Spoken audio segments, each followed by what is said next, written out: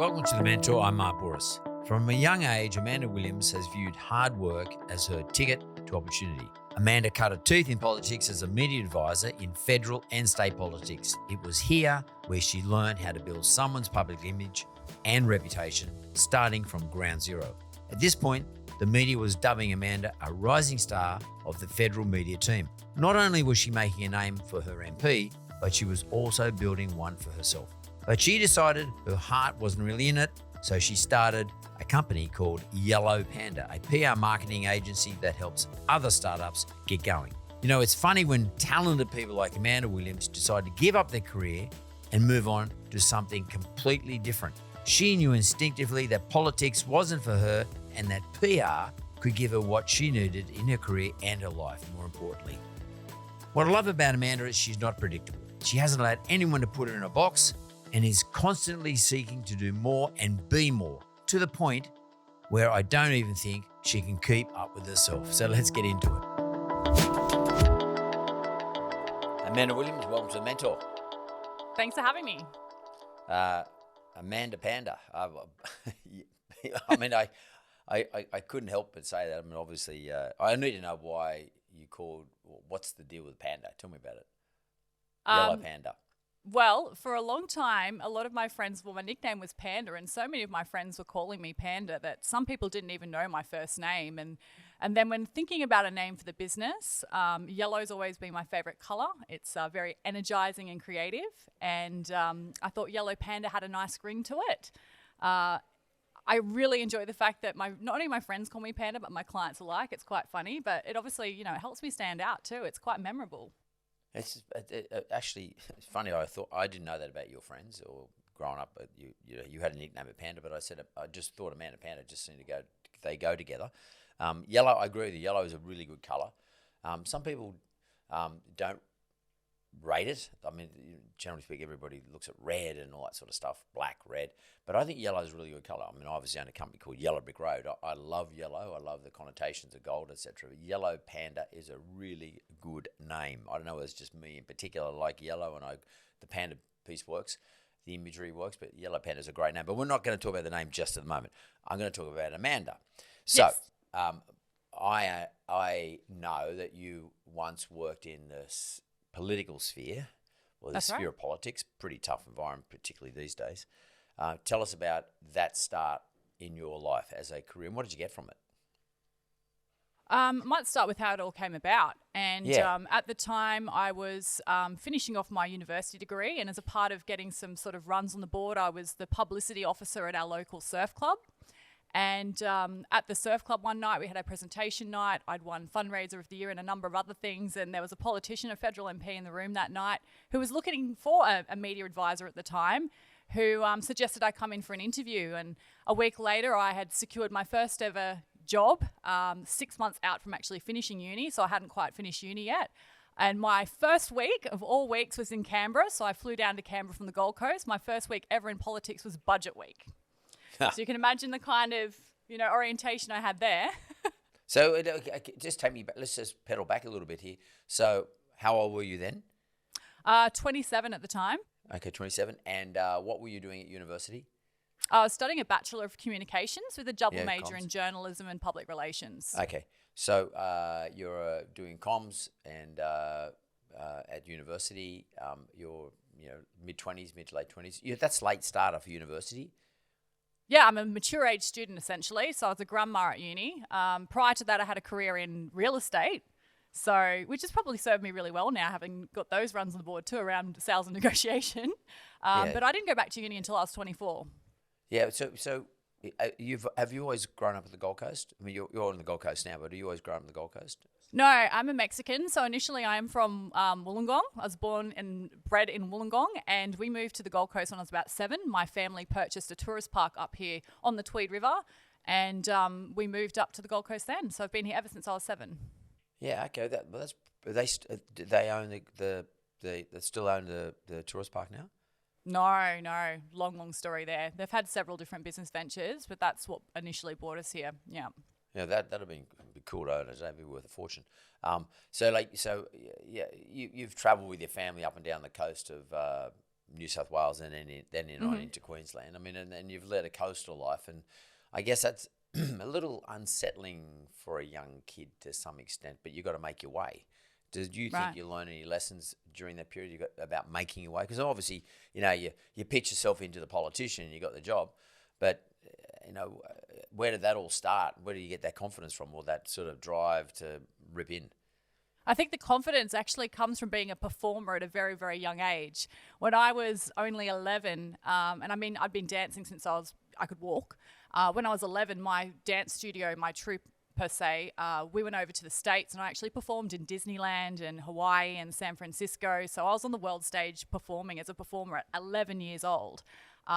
And so I think a lot of my confidence actually comes from performing. So it takes a lot to do that. It's quite nerve-wracking going on stage and performing. And then I guess that's just sort of carried me throughout life. I think confidence for me has been a way, it's kind of almost been a bit of a security blanket, to be honest, because I've been the new girl I think throughout my school life. I went to 7 different schools. I was always a new girl. And I think the way of sort of blending in, or I guess winning people over for me, has always been just to go in with confidence and back myself as a way of trying to fit in. Do you think that's a form of it's a self form of bluff? I mean, in other words, you're looking at your audience or your potential competition, or the people just in the room, let's call it that, just to soften it a little bit. And, maybe you don't belong, or you're not part of it, or you're new, as you said earlier, you're a newbie. To some extent, we're born with lots of confidence, or we don't have any confidence in that environment. But what we do is we bluff ourselves into that environment by being confident. It's a sort of reverse. It's not really confidence; it's the opposite. But it works in front of everybody. Then you get a few wins, and you add those wins up, and over time you start to get a bit of a momentum about the technique that works, and therefore you are seen as being confident. You start to believe in yourself too. But it's the technique. The most important part is the technique of doing this. Like, it's bluff. Yeah, I think to a certain extent it is. I mean, we're all performers in some respect, right? And I was a performer, as I said, from a very young age. So, putting on that act of confidence, it's almost like you can actually convince yourself that, the confidence act that you're putting on actually makes, it puts you in that state of feeling confident. Even if initially it is a bit of a bluff, I think the more you do it, the more you actually truly do become confident.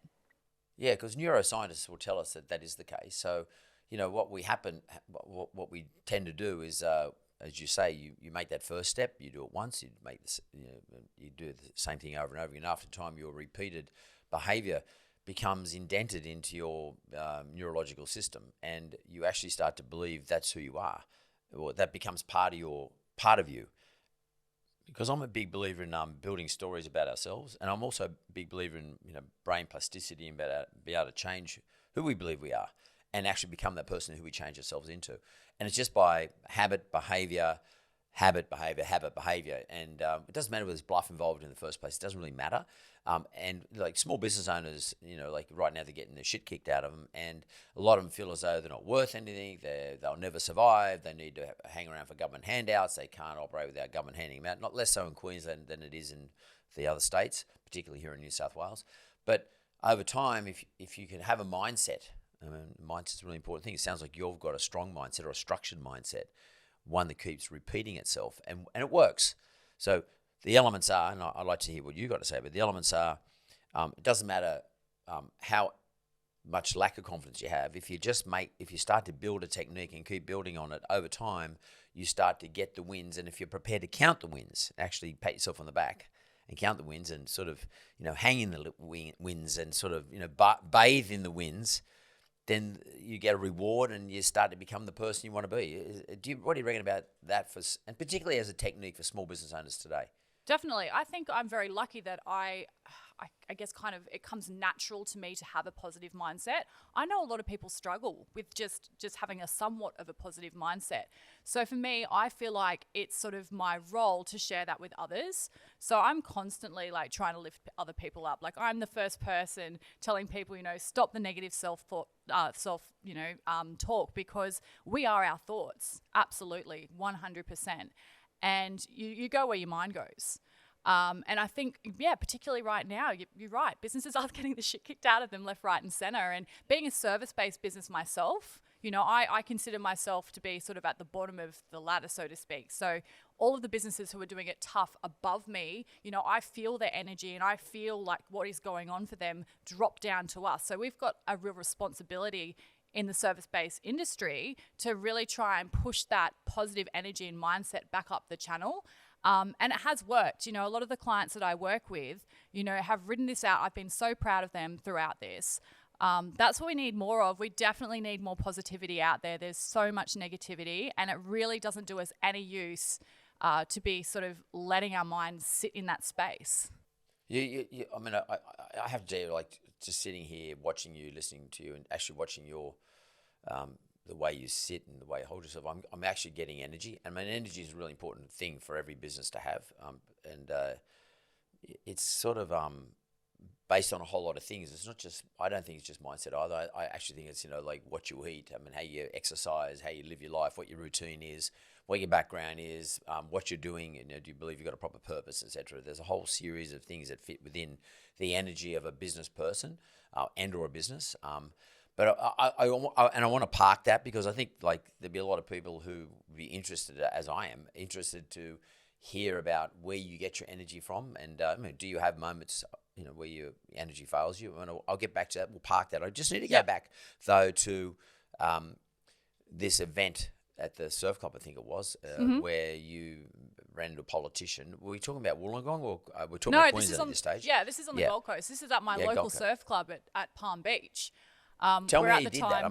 What's the deal? How the hell how'd you pitch yourself in? Like 27, tell me about it. It's quite interesting because I don't think I've ever really pitched myself into anything. I've let my walk do the talk. It's been other people. It's been other people saying, hey, you really need to go talk to this Amanda girl. She's fabulous. It was actually someone else who actually pitched me to that politician that night saying, you need to speak to Amanda. And then I was approached. That's how most things kind of happen to me in life, is that I'm just out there. And the surf club's the perfect example. That was a volunteer gig. I had 4 different committee positions there. I've constantly put myself out there, sowing seeds, not really expecting anything in return, and certainly not even getting paid for most of the things that I've ever done. But it always pays off because people notice that. Well, does that say to you that those people who are sitting at home, and like not participating in, I don't know, whatever it is, online forums, etc. But does that say to you, let's assume the world's reopened and we're back to normal like you guys up there in Queensland are. Does that say to you, though, that you're not going to get on in business or in anything, your own business, the business of, not call it promoting yourself, but your own business of growing and getting to gigs that you really get excited by? You're not going to get there unless you sort of are out amongst it and sort of got the burley on the water. You've got to have burley all over the joint, otherwise you're not going to attract anything. You're saying to us here that you didn't pitch into this individual, but someone else sort of made a recommendation to this individual to talk to you. But at the same time, you're saying you had your burley out there. You were actually out there participating for committees, local surf club, no money in it, but you're throwing it out there. Is that what you're saying to me? And do you think that's important? Has that worked for you? Absolutely. My whole life and every good thing that's ever happened to me has come off the back of constantly putting myself out there. I would never sit on my hands. I don't have a spare minute in my diary. I'm always out doing things, being with people, experiencing things, exploring things, trying new things. And that has been like one of the ultimate sort of secret weapons to my success. Drives my husband mad. He's always saying, like, why are you signing up for another thing when you clearly don't have time to do it? I'm like, I'll make it work. I know that I'm going to learn something or meet someone potentially super awesome out of this. It's just going to take my life to the next level. So, how do you? Okay, when you're a political staffer for a federal politician, what sort of portfolio? Was it a portfolio type politics? Did he or she have a portfolio at the time?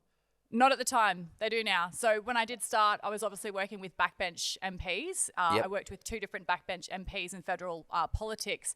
The second backbench MP I worked for, the campaign in 2013, that seat that I was in was actually the most watched seat in the country because my opponent was Peter Beattie, the former Queensland Premier, got dropped into my seat. And so all of a sudden, the seat that I was organising all of the media and comms for became the most visited seat in the country by the national media team.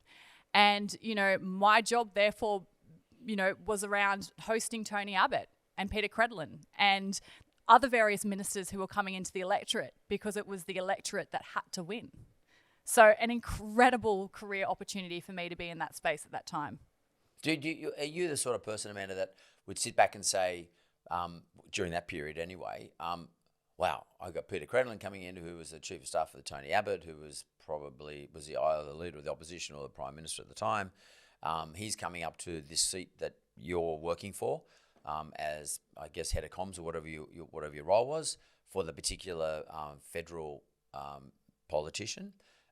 Do you the sort of person who thinks to herself, there's opportunity. I'm going to get him, you know, not in a sinister way, but I'm going to get to meet Peter Credlin, who wasn't all that well known at the time. I'm going to get to meet Tony Abbott. Do you think to yourself about opportunity? I mean, is that something that, I mean, you're going to do your job, but does that actually go through your mind? Here's an opportunity, what am I going to do with it? Do you actually plan through the opportunity, or do you just sort of freestyle it and see what happens? Oh, I'm so not a freestyler. If anyone knows me, I am like, I need a plan. The planning panda is another nickname, but I need a plan. I need a strategy. There is always strategy in what I do. But I think the biggest takeaway I got from being around, I guess, these people in power was that I could be just myself around them and I could lean in and I could talk to them like regular human beings. And I took away from that, again, another level of confidence of like, well, you know, I see huge potential for me in the future to be able to basically work with anyone. And if I can work with these people and do a good job in front of these people, then literally the sky's the limit as to where I can go. So it was a huge, we talk about imposter syndrome a lot in small business, but that kind of thing is something that's going to go a long way in making you realize that you've got what it takes. So when you're working for a local member in Queensland on the coast, when I say a local member, like a federal member for a community on the coast, how important are small businesses to that particular local member from a vote point of view? I mean, you going around, you know, did you take him around? I guess it was him. Did you take him around knocking on doors, say, listen, we've got to go and talk to these people at this delicatessen, this shoemaker, whatever. Did you do that? It's interesting. I don't think it's so much about the votes. There's two things that small business are important for when it comes to politics. One is donations. To obviously help fund campaigns, like that definitely goes on. And the other is they are opportunities, particularly when we'd go out and we would visit some of the facilities, say it's a manufacturer, to walk through, to get the video content, the photos, the content that you need to communicate with your electors, with your voters, that, hey, look at me, like I'm out there, I'm connected, I care about small business, I'm here with this small business person, listening to their concerns and taking it to the parliament. That is the essential role of small business, I guess, and the partnership or relationship that they have with the federal government and even the state government. Yeah, I mean, you have to recognise that. You were fairly young at the time, maybe at this stage, 30 years of age, 28, 29, 30 around the territory. And you are acknowledging the fact that on one side of the ledger, that small businesses are really important to the voting public in terms of content, because it's important that you know, the person you represent, the federal member, is talking to the local furniture manufacturer who builds, you know, I don't know, whatever it is, kids' furniture up there on the Gold Coast. Yeah. Because people want to see that the dude is, you know, that's your guy, is actually interested in what local businesses are doing. They employ people, they interact with the local community, they provide a service, blah, blah, blah, they pay taxes, all that sort of stuff. So that's on one side of the ledger. But on the other side of the ledger too, that's good for the politician. But on the other side of the ledger, the local business person wants to know that he or she is recognised and or important enough to get the visit. And what did you learn from that? I mean, from the other side of the ledger, not from the politician's point of view, but from the small business owner's point of view. What did you get out of that as being a head of communications, for example, for a politician during an election period, which was a pretty good one. It was a pretty important election period. Yeah. I think what I got away from it is how important it is for small business owners and operators to have this opportunity, for them to be able to have a voice, I guess, in the parliament, but also be part of that promotional experience, right? That PR opportunity for their business to be recognised on the federal scale. And I guess that's something that kind of has influenced the work that I do now. You know, to this day, I'm organising for clients of mine, you know, down in Sydney, to have their local federal MP come out and inspect their warehouse and meet their staff and their team. And it's actually quite interesting. A lot of small business operators don't understand that it's actually the role of their federal MP to come out and check out their business and give them a hand and point them in the direction of what kind of government support is out there to assist them. A lot of them just don't even think to initiate that contact. And the statistics around how many people actually contact an electorate office in a 3-year term back then was only around 7 to 12% of voters engage with the office. This is why politicians go out door knocking before elections and do robocalls, because only a very small part of the population will actually engage with their MPs. And the same can be said for small business. And right now, it's probably more important than ever that small business, particularly here in Sydney, engage with their local member. It's a big deal. Absolutely. They need to know what's going on in the small business community. And not only one small business, but all small businesses need to go to the politicians, listen, particularly at state level, look what you're doing. You're stuffing the community up. I mean, like, look, this lockdown stuff is just killing us. I mean, it's from a different point of view. I'm not talking about from the health point of view. I'm just talking about just business efficacy, businesses' sustainability, businesses' ability to survive in the future, and add to that the contribution the business makes to the economy. The ridiculously big contribution the business makes to the economy. We need to be telling our politicians that. Do politicians, I mean, I'm going to call on your political experience here, but do politicians get it, or do they just want to do it during an election period? Do they actually get this? I'd like to think that they would, but I think if they really got this, I'd probably still be working for them. I mean, the fact that they didn't get this was one of the main reasons I jumped out and thought, well, I'm going to go support small business. I'm going to help them have a voice, because I don't think that they're being heard. And I mean, all you have to do is look at the wall that we have. So I live very close to the border. And my brother has a construction company, and he's in Tweed Heads. And he has jobs in Queensland across the border and jobs, obviously, in New South Wales. So the borders actually was closed down for around 4 weeks, and he wasn't able to even go on site to check his buildings. So there was one day where he couldn't get a kitchen, and he said, look, can you guys meet me at the border and bring this kitchen down, and we can pass it over the border fence, which is a very common thing, right? So I went down with my husband because he needed someone to help with a lift, and I helped lift this kitchen over into my brother's work ute. And when I got to that border, this feeling just came over me of absolute despair. It was probably one of the hopeless places I've ever visited in my life. There were people crying. There were people like embracing each other over this wall. There were business people struggling to pass supplies across. There were people on laptops either side of the work, you know, just still trying to get it done. Kids being passed over. And I honestly could not believe it. I just could not believe that in this day and age, we don't have a solution from our leaders other than passing and trying to conduct business and passing children across a plastic barrier. I think that is probably, one of the most poignant sort of examples I can give as to the state of affairs right now. Well, it's also stupid because it's a fake line. It's someone's sat down on a map. It's not something that the earth has given to us, or the planet has said, look, there's a line there, there's Queensland and that's New South Wales. It's some person has sat down there and drawn a line. And by the way, it's not even a straight line. It sort of jaggers around the coastline sort of area. That'll be the border. That's called Queensland. This called New South Wales. It's such a fake piece of bullshit. And we all live in this country. We're all Australians. And by the way, you know, the Constitution, I don't want to get into this, but the Constitution actually says that you can't, no state government can bring about a law that's going to stop interstate trade. And all of a sudden, you've got people who are, you know, business people who are working a way around this so-called conflicted law by handing shit over this so-called fake line that doesn't even exist. It's not real. No. It's just a piece of just drawn a piece of paper. But I just want to come back. I can talk about this crap forever, but like, because it sends me mental. Okay? I've triggered you. Triggered you. Totally. You triggered me for sure. But let's just come back, wheel back a little bit. So here you are, working for a politician, going through an election period, seeing the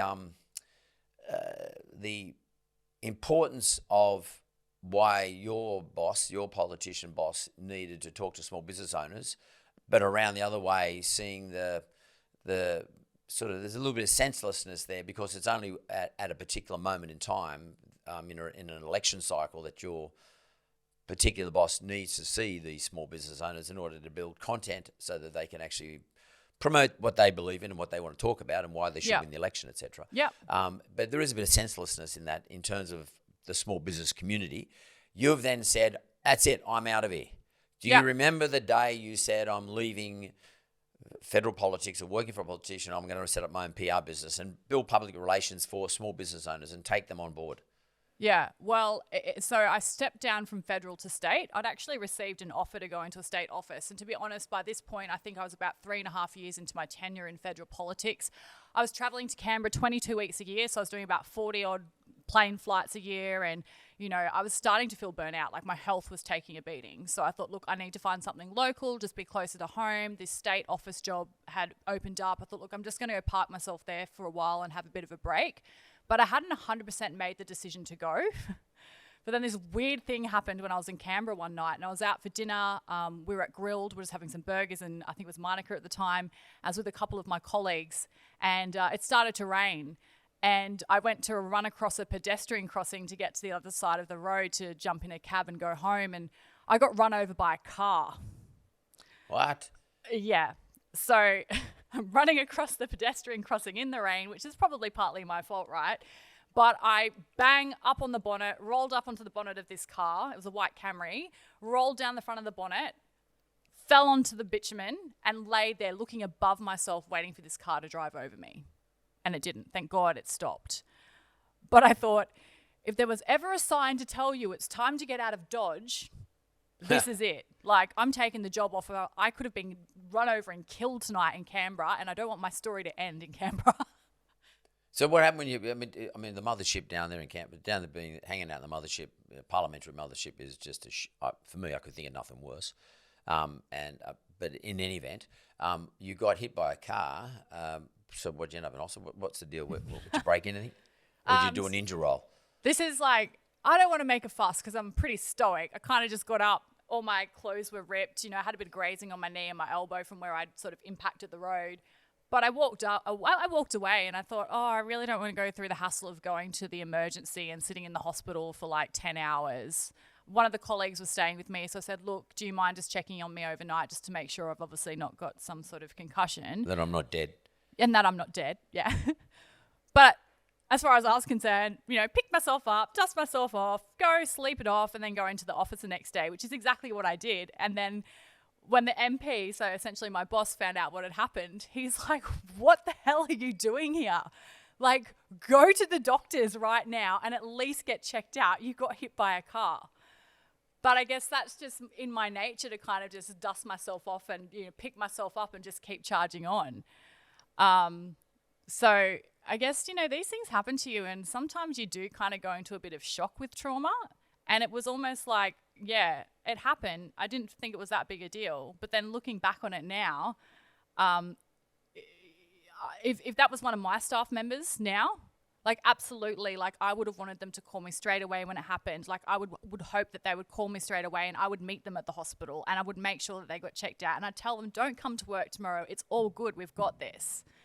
So I think it speaks a bit to the culture of working in politics. Like you have to be so strong and tough. And you're told all the time, if you don't want this job, we've got resumes sitting in our inbox. Anyone else will take it. So you're expected to just roll with the punches or, in my case, get run over by a car and still show up for work the next day. I mean, that's stoicism. You said stoic. Or roll with the punches or, as I said, like... just bounce up and pretend nothing happened and walk off. Where's that come from in you? So... Mum, Dad? Yeah, we could actually probably pin that to both of them. I grew up in, look, my childhood was great. I had an amazing childhood. The caravan park, everything that we had was great. Small business, went to private schools, got dropped off in a Jaguar, it was, the richy rich life. Amazing. Can't fault my childhood. But once I became around 11 years old, I started to notice things were a bit weird at home. Like once I started to sort of mature, and my mum was struggling from a prescription drug addict, and it was kind of hidden and no one in the family really talked about it. But it essentially went on to the point where it created so much, I guess, violence and angst in the home, in my home life, that I was essentially run out of home at 16. I ran away from home at 16 to start my own life, and I never went back. And I had $200 to my name, and that was it. So I've always learnt to land on my own feet and do things myself without needing any help from anyone. And I've gone through a lot of trauma from that experience, right? And it's, that's not the half of it, like I tried so hard for many, many years to try and speak with my mother's doctors and the authorities and writing to ministers and, trying to get someone to help to get my mum off the drugs, but it just never happened. And unfortunately, it claimed her life, and it claimed her life only 2 years into my business.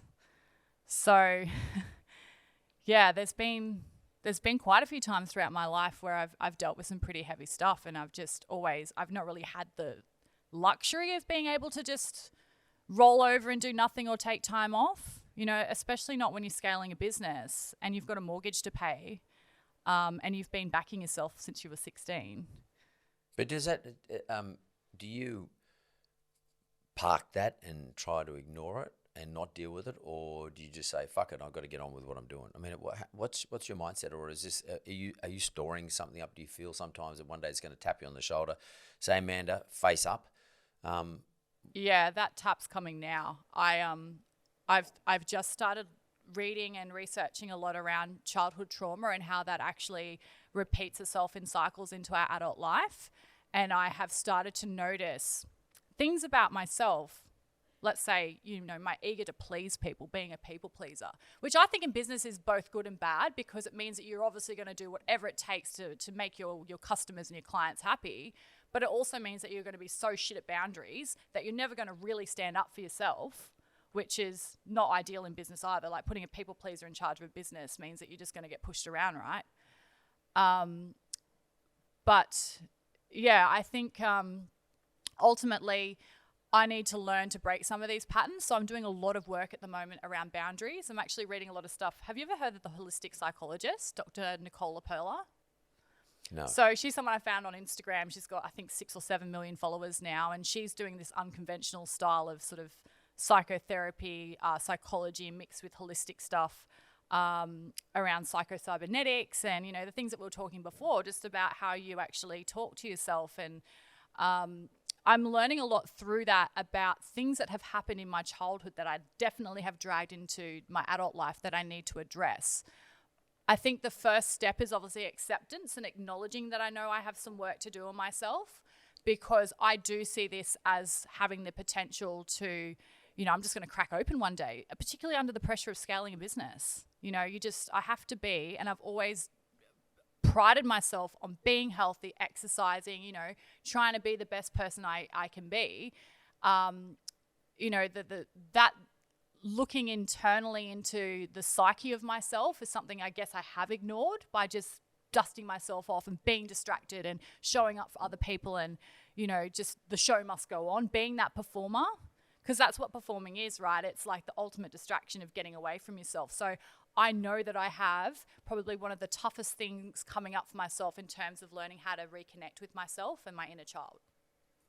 That's very interesting, because I mean, I've always thought to myself, there's not that much in between people who are just tough and don't give a shit about anything, and therefore they can roll through everything, every punch, no matter what, and people who as you said earlier, stoic, or seen as stoic, seen as resilient, but immerse themselves in busyness, as you said earlier as well, accept every assignment because to some extent they might be running from something, which, by the way, there's no judgment for me. Neither one's better than the other.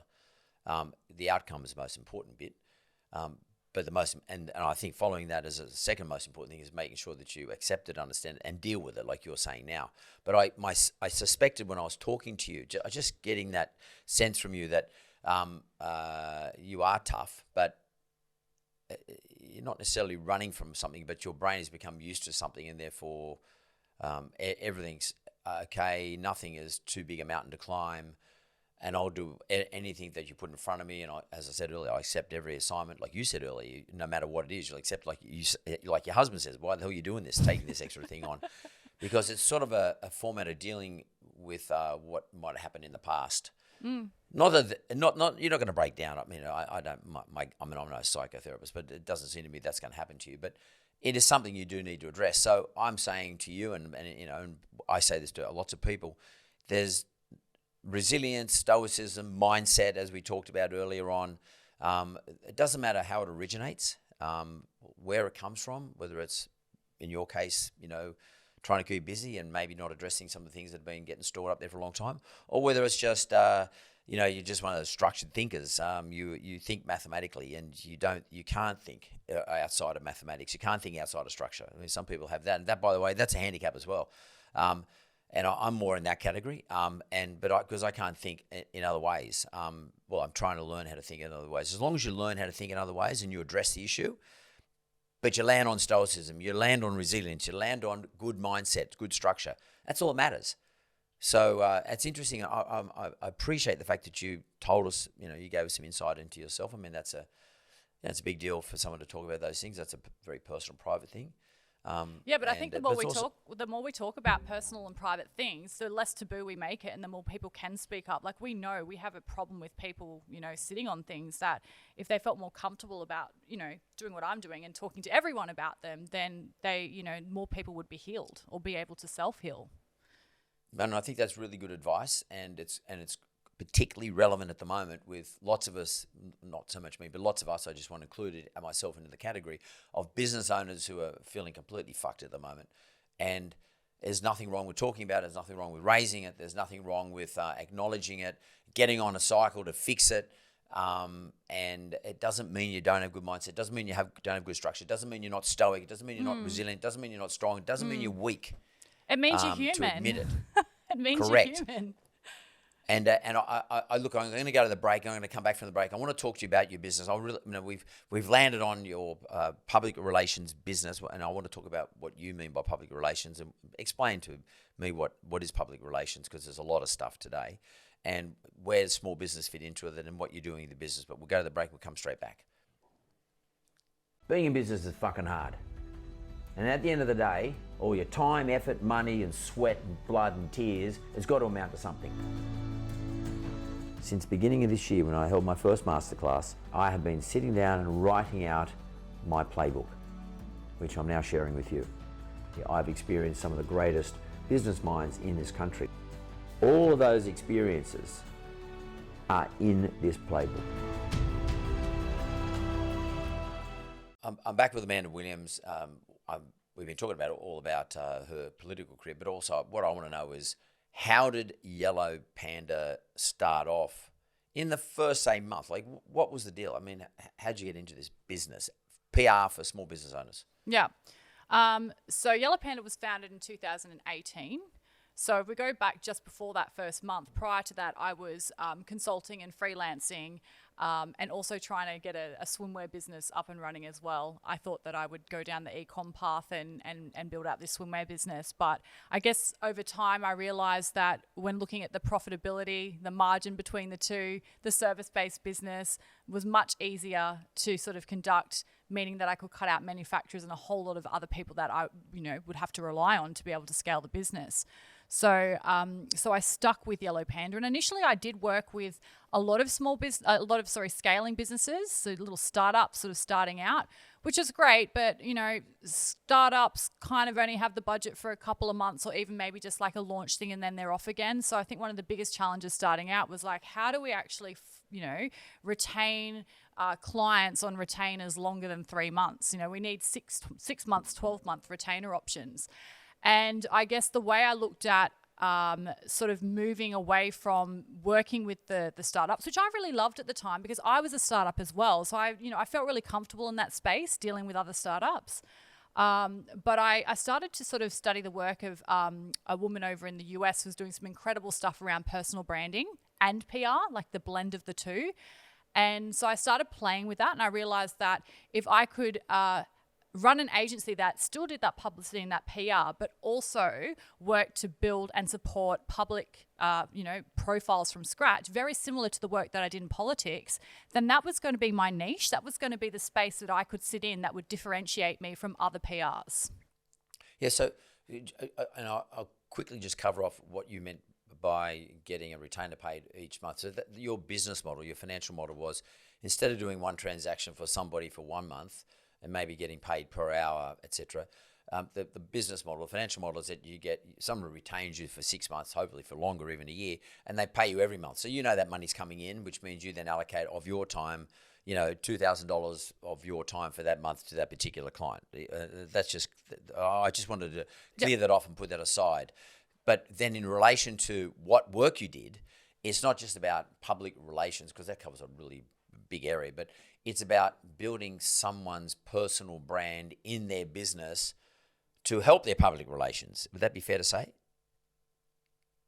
Absolutely. From scratch too. These guys come to me and they've not done 1 ounce of PR, 1 ounce of public speaking.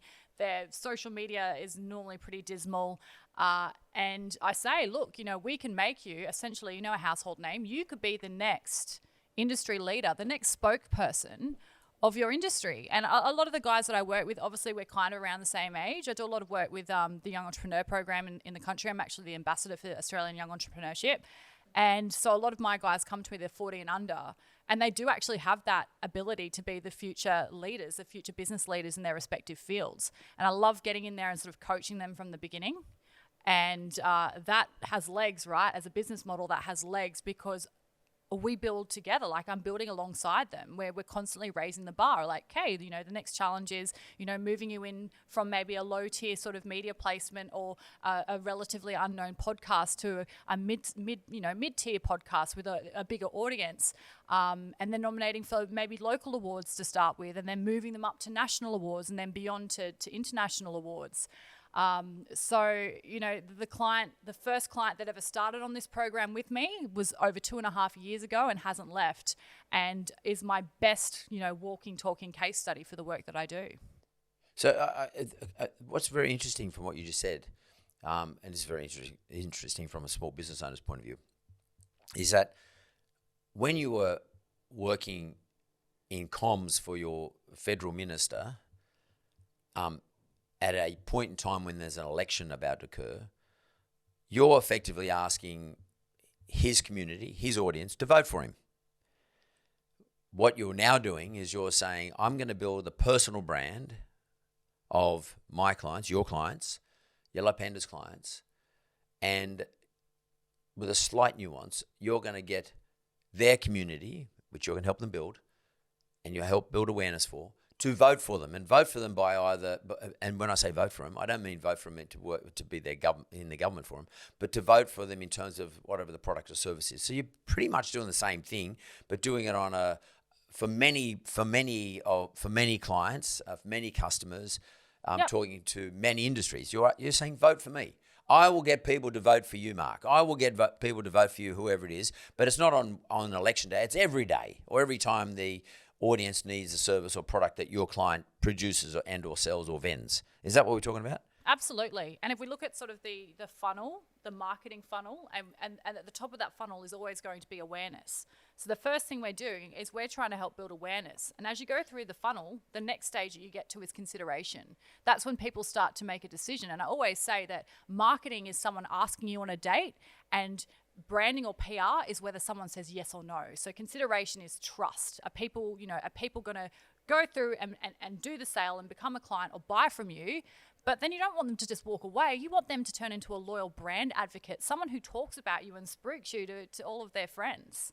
This tool, PR, publicity, the work that we do at Yellowpanda, is the only marketing tool that actually helps promote referrals through people through that trust process. Yeah, so it's because with the advent of digitization, and what I mean by that is awareness programs being built through Instagram and Facebook and every other place, the old school PR sort of dropped off a little bit. People sort of thought, oh, no, I don't need a PR agency. I don't need an agency anymore because I'm doing my own marketing or my own awareness programs. And, and to some extent, the traditional PR agency would get you in front of a radio show or in front of a television show, a current affair or whatever it is, or in a newspaper article about something brilliant you're doing, local or national newspaper. That sort of dropped off a little bit, and there seemed to be this gap. I saw this gap arising for actual public relations, the way you just explained it. Building brands, personal brands, building awareness, but getting people to engage with you as opposed to just know about you. I guess it's important for me, and I think it's really, really important for people who are in business to understand where PR, public relations, sits and actually have it described again. If you can just, where does public relations sit for a startup today, and where does public relations sit for a person who's already in an existing business, be it small or medium, and can explain to us how public relations operates today, given the current markets of Instagram and all those other digital So what mediums. you're talking about, like when you say, the old school way of PR versus the new wave, the biggest difference is the old school way was that we had to go to the media. The new school way is that we are the media. So we still go to the media, but we also self-publish. We also have the ability to build, to act as if we're the editor of our own magazine. So every month you're thinking about what's the theme going to be, that sort of thing. In terms of where it helps startups, absolutely awareness. You can't sell a secret. And PR, is much more affordable than marketing in terms of advertising. So it's a great opportunity for a startup to get known, to sort of put themselves out there and attract some initial customers. Then when you're moving up the line and you're a little bit more established, PR becomes the tool that you need to differentiate yourself or to show that you're the market leader. And then beyond that, PR becomes very integral if you're going to chase an IPO or you're looking for international investors, because they're going to be looking for that. You need to have pages and pages and pages of Google links that are favorable in the news, in the media, talking about you and your business and what you're doing. It's so critical, and so many people don't think it is. And I see these crazy things, all these magic things popping up all the time, guaranteed, pay me money and I'm going to put you in Fox and CBC and Forbes and blah, blah, blah, blah, blah, 24 hours, you'll be there. And it's bastardizing PR to make it look like you don't even need to be in PR anymore, like someone can just get you featured in the media like that. But people know the difference. It's fake news. That may as well be fake news. PR is a compounding process. The more you do it, the more consistent you are with it, the more trusted and credible you become. And I think I agree with that, and I like the word when Amanda says compounding. She actually means in the economic sense or arithmetic sense that 1 plus 10% more tomorrow gives you 110, and plus 10% tomorrow gives you 121, plus another 10% gives you 133, and it's just compounding like that every single day or week or however often you can actually put stuff up. What I thought was really interesting there, and maybe we could just tease it out a little bit here, is the old days with PR, before Google and digitization, generally speaking, as you say, we used to have to get current affair to give you a call saying, hey, man, that's really important. Your client's got interesting. Your client's doing something or other that's blah, blah, fits our program, fits our audience. Would your client like to come on and because you'd always be at, the producers at a current affair and you get them on. But what you're saying today is we can all have our own channel. We're our own broadcasters. Maybe you could explain a little bit more what you mean by the fact that we can be our own broadcasters. Yeah, I mean, there's two ways to go about getting featured in the media these days, and one is obviously the media relations side of it, like knowing who to reach out to and knowing who to pitch to. But the other thing is the discoverability side of it, so being found. And I've spent many years talking with journalists from all walks of life, trying to understand them and what they're looking for. And I know that a journalist will generally prefer, in most cases, to find their source themselves rather than be fed a source by a PR. because they have more Well, you ownership. explain that, because that's important, man. Because what most people don't realise is the journalist, being the producer of a current affair. I can just keep using that one by way of example. The producer's getting hit up all day long, like 100 PR agencies just firing emails through to them all day saying, "Pitch, here's my client, here's my client." And they're going, "What the fuck?" It's So you are saying, Amanda, Yellowpanda is saying that to your client, look, it's better that the journalist actually discovers you. And how do they discover you? How do they find you? Instead of Amanda telling them about you, how might they find you? Look, we still do a bit of both. And I mean, it's interesting that you mentioned about all of those emails firing in, because the statistic is around 7 to 8% of emails get opened by journos that have been pitched by PR. So it's like 92% of things is delete, delete, delete. So when we talk about being discoverable, we talk about, are you writing a blog? Have you got a YouTube channel? Are you on Instagram? Are you on LinkedIn? Are you on Facebook? Are you out doing, keynote speeches, speaking on panels, going to networking events? These are all those little opportunities to be discovered, essentially. All the shit that you did, all the stuff that you did to get discovered by various people who offered you jobs. Yeah, that's what I'm saying there. Yeah. Absolutely. But it's now digitized, is what you're saying here. Yeah. And because that stuff, all those, because I get them. People pitch to me all the time. And I'll be honest here, like, fuck, no, it's not what I'm not interested in. That's not my agenda at the moment. I'm not looking for that. I'm not looking for this. I'm not looking for this. I'm looking for something. I know what I'm looking for, and when I see it, I'll hit it and I'll read it. Yes. And depending on the picture, etc. But and that's really important. I think, PR or agencies, to be effective, for me, if I'm to employ one, need to know who it is that's interested in my story. And as you say, I've got to continually be building my story externally through my own, as you say, through our own channels. Whether it could be at a networking event. You could be speaking on the Gold Coast too, and you might have to do this for free. You do it for nothing. All this doesn't have to yield. Yeah. No, that's absolutely.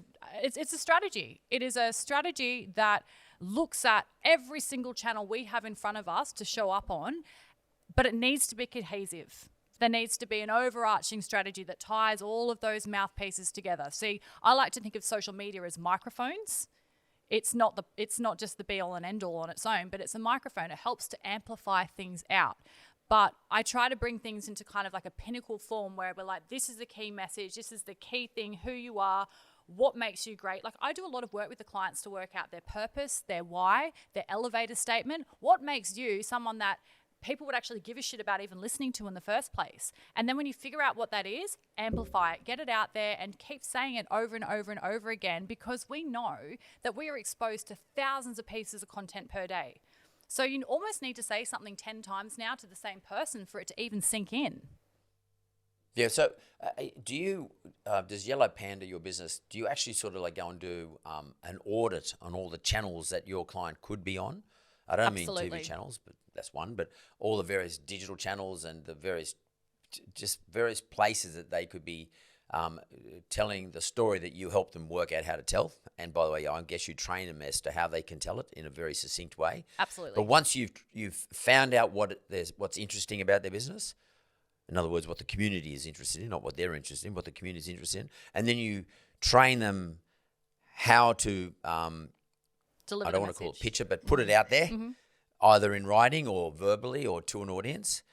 Do you then go and say, now these are the 22 places I think you should be hitting up with all this information, this story, and do you then also say, and you got to do it every day, because it's all about layering, over a long period of time. Yeah. And it's not about spending a lot of money. It's about effort, time, consistency, and persistency. Yeah. Is that your story? Continuing to move that needle. And you're so right. Like when you say audit, like, do I have a list? It's like, yeah, absolutely. Like the IP that I've created for this business from scratch, I have a massive multi-point audit checklist that we go through with every new client on onboarding to, first of all, where are they showing up? Where are all the holes? What do we need to improve? And that's the first point of call. We start there. Then we develop the strategy going forward, and we develop all of those talking points that you mentioned. And then we look at where we can match them up, because we have to make sure that their stories meet the narrative of wherever we're going to pitch them. But most of all, provide some sort of value to the people who are going to be in front of them or hear from them or read it, because it's a complete act of ego if it's just about being in the media without actually backing it up with wanting to actually help the people through your content. So you have to come from a place of service with this stuff. You can't just be willy-nilly just chucking yourself out there and talking about everything. You've got to be on purpose. What about analysing this stuff? What about the analytics around it? Even though sometimes we think something is on point, maybe it's not. But how do you work through that, the analytics, analysing the effort? We live in a data revolution right now. So, I mean, I love analytics and the numbers are everywhere if you know how to go looking for them. Simple things. So if an opportunity pops up, the first thing we're going to do is search to see the audience size of that particular opportunity. We're going to look at other people that have been on that platform and, you know, where they are in their careers and whether or not that's been a good opportunity for them as well. Obviously, there's loads of analytics sitting in behind all our social media platforms. So we're constantly looking at what's working, what isn't. You know, we meet every month to track these things. We're always looking at analytics and audience insights to make sure that we're on the right track. And I think with the dynamic, you know, space we're in now with the world changing almost every day, it's even more important now to like reset and make sure you're on message because things change so often. And for some of the lazier practices out there where you load up a social media content calendar for like a month or 2 months or 3 months and just hit auto post, and then something really inappropriate comes out that just so happens to be at the wrong time because you're not, you know, checking in to make sure things are still relevant to things that are happening now. So it's, you've got to pay a lot of attention to it. And I think that's why people work with us is because, like, you know, directors of companies, they're too busy to be doing this for themselves. So we offer a solution where we can say, look, we'll take control of everything for you. We'll work with you. This is going to be your thing, right? Because you're telling us what you want to say, but we're going to make sure that we produce the content and that it's going out consistently so that you're not dropping the ball, so that people are always hearing about you and you're staying front and center, which has been so important through COVID. And I remember that because at first when COVID hit, I thought, oh my God, like I'm screwed. Everyone's going to think PRs are nice to have, not a need to have right now. People are going to cut, you know, trim the fat and cut all their marketing budgets. But I said to my clients, I rang them the week before the pandemic came out and I said, now is not the time to quit. I'm violently in agreement with you. So for me, right now is we should be doubling down on telling the story. And by the way, there's got to be a story associated with all this stuff. But you got to know your story, you know your purpose, have a story and be able to execute on it and do it a lot, often. Because you've got to emerge and it's a pretty crazy crowded market out there too, by the way. So right now is a good time to be doubling down on everything you do in relation to your brand and your strategy of rolling it out. I want to make this comment, Amanda, because I often get, I'm in lots of different businesses and I often get talked to by my CEOs about, marketing. But to be frank with you, with the greatest respect to other people, marketing managers a lot of times don't understand any of the shit that you're talking about. And to some extent, a marketing manager in a lot of cases is someone who's a coordinator of marketing outcomes, as opposed to being, because no one person can manage all the marketing in a business. Be crazy if someone to say, oh, well, Amanda, we want you to do our TVCs and produce the TVCs and direct the TVC. And we want you to run and produce and direct our podcasts. And we want you to do our social media. And we also want to do your PR. Marketing to me is marketing managers are coordinators, and a critical part of marketing has to be allocated to an expert who is very good at what you do, public PR, or what is loosely referred to as PR, but it's awareness programs and it's building brands. That's, to me, is so important. And I always think it's better outsourced because, absolutely. And I'm not here to pump up your tires, but I think it's because generally speaking, a third party outside of my business is having exposure to lots of clients, has exposure to lots of mediums, and has exposure to lots of changes in the industry, and also has a view on your brand, an independent view, as opposed to someone who's in your organization who knows if they all of a sudden start telling you that your brand sucks, you might sort of, might not be looking at them all that favorably when it comes to performance reviews. What do you think about that? I mean, I'm just putting that out there because I just think it's better because in my business, I use external PR always. I've tried internal, but I use external. Yeah, I literally had this conversation with my staff on Monday because I caught up with a client on Saturday, and we were talking about, why they'd brought me in, because they have got a marketing team and coordinator. And they explained to me that the reason they brought me in is because their marketer had just gone tunnel vision and almost robotic. And I said, well, what do you expect? If they're not exposed to other clients and they're not exposed to, working with other colleagues in their field, and they're stuck in your business every day, it's going to stifle their creativity. Eventually it will. You definitely need to outsource this stuff to the experts. Absolutely. And I talk about that all the time. It's not to say that we don't work super cohesively with people who have got in-house marketers, but you can't expect someone's full-time job as a marketing person in a business to be able to be like winning at all of the things, because there are so many things between marketing and PR that must be done every day. And yeah, you're going to be doing everything at maybe 5 or 10% instead of doing one thing at 100%. Do you feel as though, before I wrap up, do you feel as though that when you were running comms during election periods and on other sides of the election periods for your political employer, your boss, that your creativity got stifled because relative to where you are today with all your clients, and you didn't get to wear the yellow jacket those days? No, absolutely. It's quite funny. When I started in politics, I had brown hair. I went and bought like a grey wardrobe of just greys and blacks, and I just wanted to blend in. I didn't want to stand out. I was very much trying to be the good conservative political staffer. And I do remember just before I'd actually decided to sort of get away from politics, it was the fact that I was driving up these like creative ideas, particularly around how we could utilize social media with some of the politicians to get them on camera more, doing fun things like showing their personality, talking about their families, their friends, just opening up that window to their life behind the scenes, which at the time was working so well for Mike Baird. Like, I remember he did the Back to the Future DeLorean day and turned up to work in a DeLorean one day and had this like video done for Facebook, and it went everywhere. And I love the content that was coming out of his communications advisor at the time, and his comms advisor at the time had come across from Optus, so he was non-politics as well. But it was just so creative and so different. But every time I had an idea around something creative, obviously it had to be fed up the party line, and it got shut down every time. So I knew that if I'd stayed in politics, absolutely, I would have been stifled. And I feel like I knew if I stayed there, my creative soul would slowly die. So getting out was so important to be able to continue to unleash what I knew I could do. Absolutely.